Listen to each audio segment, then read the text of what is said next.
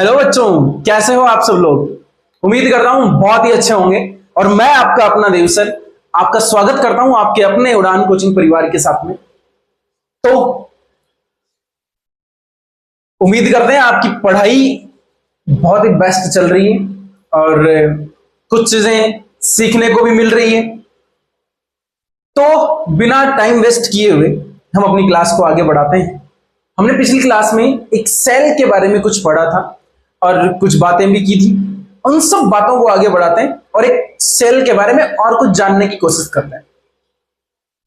बेटा, पिछली जो क्लास हुई थी उसके अंदर हमने ये पढ़ा था कि एक सेल की अगर बात की जाए तो सेल क्या होगी और सेल की जो ऑर्गन है वो कैसे कैसे काम करेंगे। सेल के पास में कौन सी कोशिका भित्ति है, कौन सी झिल्ली है, केंद्रक है, कोशिकांग है, साइटोप्लाज्मा, इन सब चीजों के बारे में अपन ने स्टडी की थी और बहुत अच्छे से अपन ने देखा था कि कौन सी चीज कहां होती है। अब जब हम इन सब चीजों को कर चुके हैं तो एनसीईआरटी की लाइन टू लाइन पे बात करते हैं कि एनसीईआरटी का जो टॉपिक है उसको अपन कैसे आगे बढ़ा सकते हैं और कैसे अपन आगे तक लेके जा सकते हैं। तो चलिए एक बार फिर स्टार्ट करते हैं अपनी क्लासें।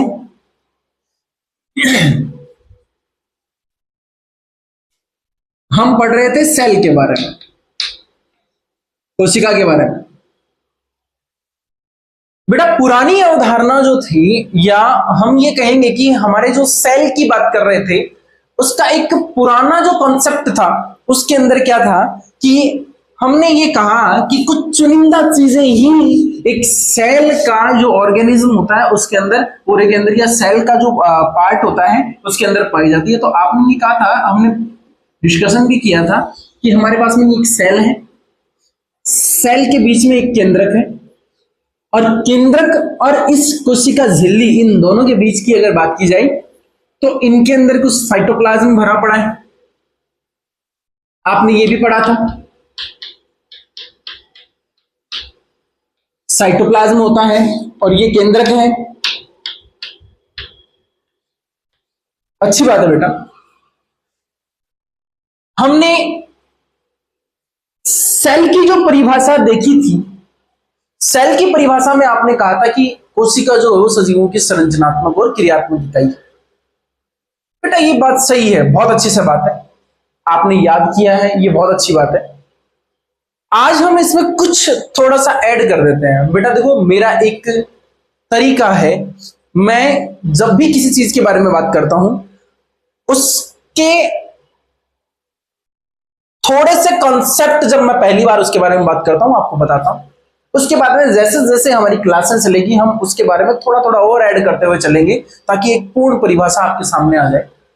वैसे सेल के बारे में कुछ विशेष बातें नहीं है, बट एक और चीज जो है वो अपनी नई अवधारणा के अंदर ऐड हुई है, उसकी बात करते हैं। उन्होंने कहा है कि जननक्षम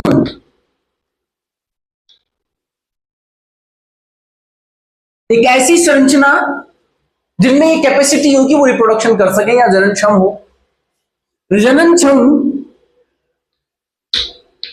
चयनात्मक पारगम्य, भाई ये दोनों पारगम्य, ये दोनों गुण भी होने चाहिए। भाई सेल है उसके पास में ये दोनों गुण भी होने चाहिए कि जननक्षम और चयनात्मक पारगम्य, और इसके साथ साथ में संरचनात्मक और क्रियात्मक इकाई।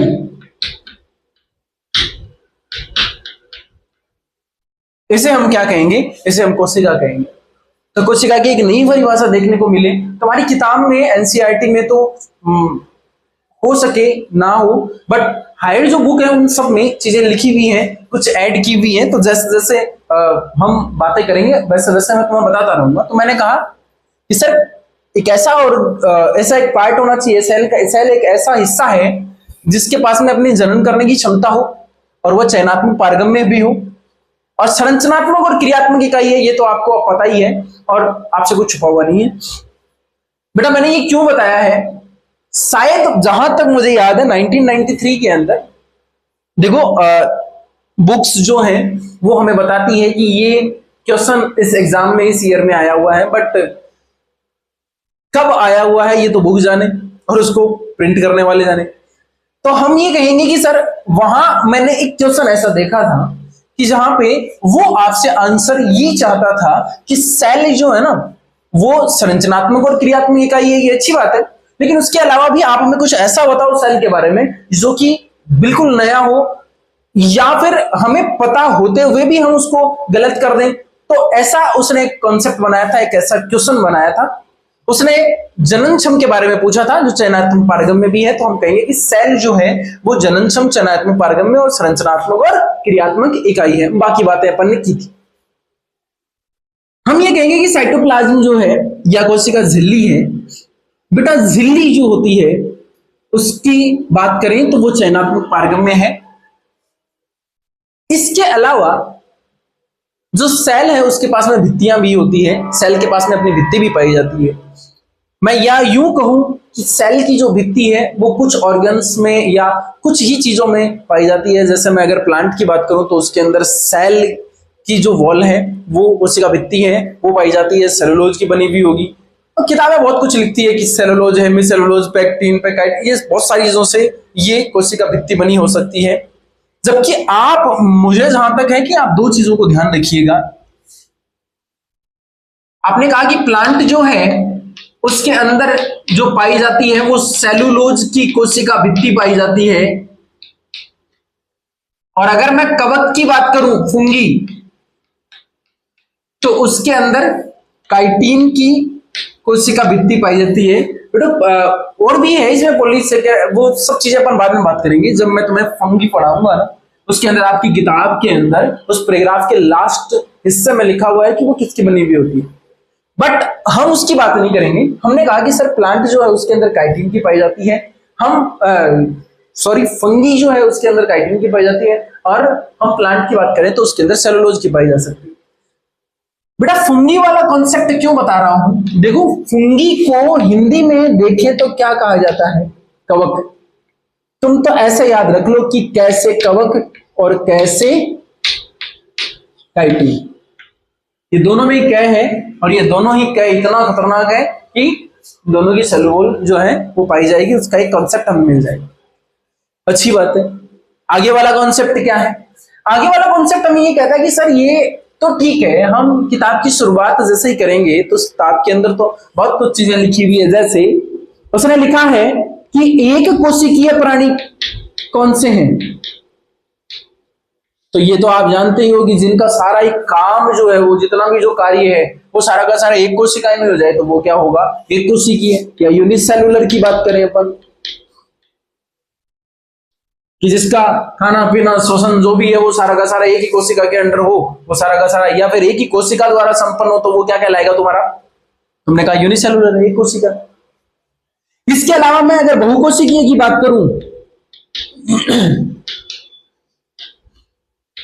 तो वही वाली बात है कि मल्टी सेलुलर की बात कर रहे हो मास्टर आप, और मल्टी सेलुलर के अंदर जो एग्जांपल है वो सबसे ज्यादा जो अच्छा है वो तो अपन अपना ही लेते हैं कि ह्यूमन बीइंग जो है ना उन सब के अंदर क्या होगा, मल्टी सेलुलर पाया जाएगा, और यूनिसेलुलर के अंदर अपन अमीबा और ये सब चीजें एग्जांपल वाली वो कर लेते हैं। चलो अच्छी बात जब कर ही रहे हैं कि कोशिका की खोज, कोशिका है और कोशिका से किन किन चीजों में सेल वॉल और ये सब चीजें पाई जाती है, इन सब के बारे में अपन ने पढ़ा। कोशिका के 3 भाग कौन से हैं, ओल्ड, अगर मैं परिभाषा देखूं तो उसके अकॉर्डिंग, या फिर नई परिभाषा देखूं उसके अकॉर्डिंग भी मेजर जो कंपोनेंट है वो तो 3 है बेटा, एक केंद्रक है, उसके अलावा आपने कहा कि उसका साइटोप्लाज्म होगा जिसमें बहुत सारे कोशिकांग पाए जाएंगे, और उसके अलावा जो है बाहर की तरफ एक सेल वॉल या सेल भित्ति जिसको बात कर रहे हैं, सेल झिल्ली की बात कर रहे हैं, वो उपस्थित होगी। अच्छी बात है।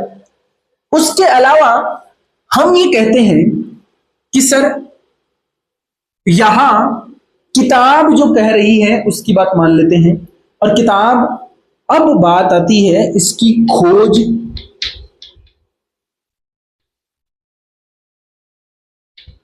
इस सेल आप बता रहे हो कि सर सबसे छोटा ऑर्गेनिज्म है जिसकी पुनरावृत्ति से पूरा जीव बनेगा, ये अच्छी बात है सर। अब इनकी खोज वोज उनके सबके बारे में स्टडी कर ली जाए।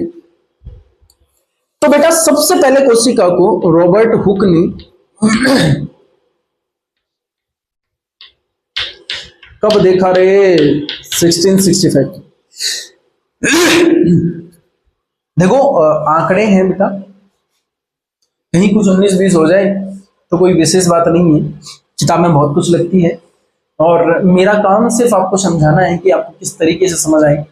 बाकी किताबों में ऑब्वियसली जो चीजें लिखी हुई है वो सही लिखी हुई है। मैं तो आपसे ये कहूंगा कि रॉबर्ट हुक जो थे ना, भाई साहब ने बहुत अच्छा काम किया। सेल के बारे में बताएं, और सेल के बारे में बताया तो हम इनको ये भी कह सकते हैं कि ये एक ओल्ड साइटोलॉजी है ना जो मास्टर, उसका आधार रखने वाले थे। मास्टर सब कुछ समझ में आता है, लेकिन ये साइटोलॉजी वर्ड क्या हो गया बेटा? कोई विशेष बात नहीं है, मैं बताना भूल गया आपको। अगर मैं साइटोलॉजी की बात करूं तो विज्ञान की वो शाखा जिसके अंदर सेल के बारे में अध्ययन किया जाता है वो साइटोलॉजी है। आप ये कह सकते हो कि सर स्टडी किसकी? सेल की। क्या कहलाएगी? साइटोलॉजी कहलाएगी। अच्छी बात है। आप साइटोलॉजी किसे कहोगे? सर स्टडी होनी चाहिए सेल की, और वही क्या कहलाएगी आपके पास में? साइटोलॉजी कहलाएगी। अच्छी बात है। और साइटोलॉजी जो ओल्ड वाली है, यानी कि उसमें साइटोलॉजी चाहे ओल्ड हो और चाहे नहीं हो, अगर आधार की बात की जाए तो ये रॉबर्ट हुक भाई साहब जो थे ना, इन्होंने इसका आधार रखा था, इसकी खोज की थी। लेकिन इन्होंने जितने भी जो अध्ययन किए थे वो मृत कोशिका पर थे। कार्क का एक टुकड़ा लिया। कार्क क्या होता है बेटा? एक लकड़ी का टुकड़ा है। कार्क का एक टुकड़ा लिया और उसके अंदर कोष्टक के रूप में मधुमक्खी का जो छत्ता होता है ना, उसके टाइप में इन्होंने सेल की स्टडी की और सेल वॉल और सेल जो मेम्ब्रेन है इन सब के बारे में बताया। तो ये कहते हैं कि सर सेल की अगर मृत परिभाषा देखी जाए या मृत सेल को देखकर उन्होंने जो चीजें बताई है, सेलुलर नाम दिया था, या जिसकी हम बात करें कि ये कोशिका हो आज जिसके बारे में पढ़ते हैं उसके बारे में जिन्होंने पहली बार बताया, तो उनके लिए हम कहते हैं कि सर रॉबर्ट हुक जो थे ना, इन्होंने 1665 है, इसके अंदर 65 के अंदर मृत कोशिकाओं पर अध्ययन किया। या मृत कोशिकाएं किसकी? कॉर्क की थी, और कॉर्क के जो कोष्टक हैं उसके अंदर उन सब के बारे में अध्ययन करके उन्होंने एक सेलुलर वर्ड दिया जिसको हम क्या कहते हैं? कोशिका कहते हैं। और सेलुलर के बाद में आज जिस सेल के बारे में पढ़ते हैं उन सब चीजों के बारे में हमें पता चला। इतनी चीजें आपको क्लियर हो गई होगी। उसके अलावा जो जीवित कोशिका है उस पर अध्ययन जो सबसे पहले किया गया था वो ल्यूवेन हुक ने किया था। ल्यूवेन हुक एक, हमने कहा कि ल्यूवेन हुक जो थे ना, हम देख रहे हैं ल्यूवेन हो एक ल्यूवेन था या एक ल्यूवेन हो। उसने जीवित कोशिकाओं पर अध्ययन किया। तो मैं ये कह दूंगा कि सर वो आरबीसी पे भी अध्ययन कर रहा था, उसने स्पर्म पर भी अध्ययन किया, उसने इन दोनों के अलावा और भी अध्ययन किए थे, जिससे उसने ये तय किया कि जो जीवित कोशिका है उसका आधार उन्होंने रखा था। बेटा यहां जो है बेसिक, अगर इसके खोज की बात की जाए ना, तो किताब ये लिखती है कि ये देखा जाए तो कोशिका भित्ति की खोज करने में लगा था। इसने क्या खोजा था? इसने कोशिका भित्ति खोजी थी और सेलुलर वर्ड कहा, उसने नाम दिया, सेल बना। ल्यूवेन हुक किताब लिखती है कि सर ल्यूवेन हुक है, उसने भी कोशिका की खोज की थी। तो बेटा इन दोनों में ये अंतर है। हमें हर बार कंफ्यूजन ये रहता है कि सर रॉबर्ट हुक, हमने आज तक 9, 10, 11 जो क्लासें हैं उनके अंदर अगर 9, 10 तक की बात करूं तो मैंने ये पढ़ा है कि सर इसकी खोज का श्रेय रॉबर्ट हुक को जाता है। अच्छी बात है, लेकिन फिर ये ल्यूवेन हुक कहां आ गया? वो तो इससे 10 साल एडवांस है, आगे है। और तो पहले खोज तो इसी ने की थी, चाहे वो डेड हो चाहे वो लिविंग ऑर्गन्स की बात करें, तो लिविंग सेल की बोले चाहे डेड सेल की बोले। लेकिन आपको ये पूछा जाए कि खोज का श्रेय किसको जाता है, फादर ऑफ मैं ये कहूं साइटोलॉजी किसे है, तो आप ये कहोगे कि सर ये रॉबर्ट हुक है। और उन्होंने एक स्पेसिफिक चीजें पूछ ली कि लिविंग जो सेल है उसको सबसे पहले बार किसने देखा था, तो आपने क्या कहा कि ल्यूवेन हुक जो है उन्होंने स्पर्म है, आरबीसी है, इन सब चीजों के अंदर क्या किया था, अपने जो कोशिका है उसकी खोज किया, उसको देखा। तो दो चीजें हो गई बेटा खोज के अंदर, रॉबर्ट हुक वाली और ल्यूवेन हुक वाली। मैं ये नहीं कहता कि अलग अलग साइंटिस्टों ने अपना अलग अलग योगदान नहीं दिया होगा, बहुत सारे साइंटिस्टों ने अपना योगदान दिया है और बहुत सारी बातें बताई है उन्होंने, लेकिन हम जिस कॉन्सेप्ट की बात कर रहे हैं, जिस खोज की बात कर रहे हैं और जिस किताब की बात कर रहे हैं, तो उस किताब में हमें दो वर्ड मिलेंगे। हो सकता है may be possible Robert Hooke ना मिले, लेकिन वहां ल्यूवेन हुक जरूर मिल देगा।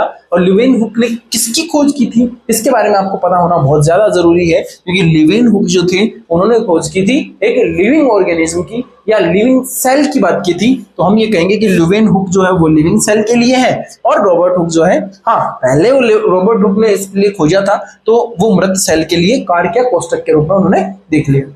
अच्छी बात, जितना जो कुछ लिखा है वो लिखा है बिल्कुल एकदम शॉर्ट एंड स्वीट लिखा है, ताकि आपको अच्छे से समझ में आए। तो एक बार के लिए इसको उतार लीजिए। चलो मैं डस्टर ले आता हूँ।